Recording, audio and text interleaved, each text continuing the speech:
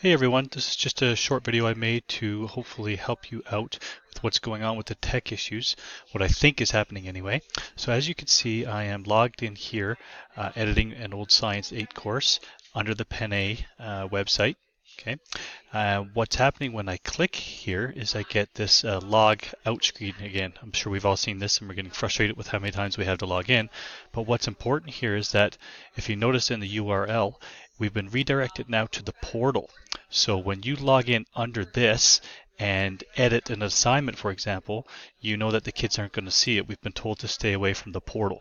Okay, so you need to stay in Pinay anytime you edit an assignment. And the same thing happens on the other end when a student logs in.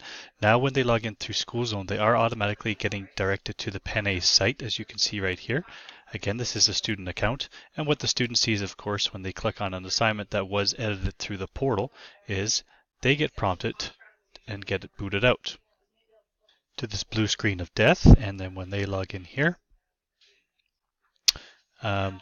they just get a message that the activity is currently hidden, and then of course you get an email about it.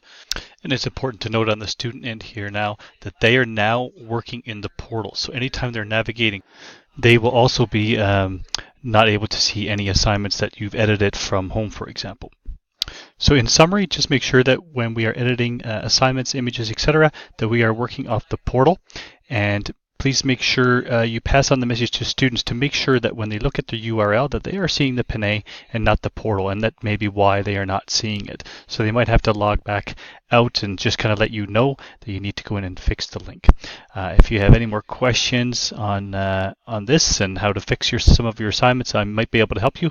Just come on by room 13 or shoot me an email. Thanks.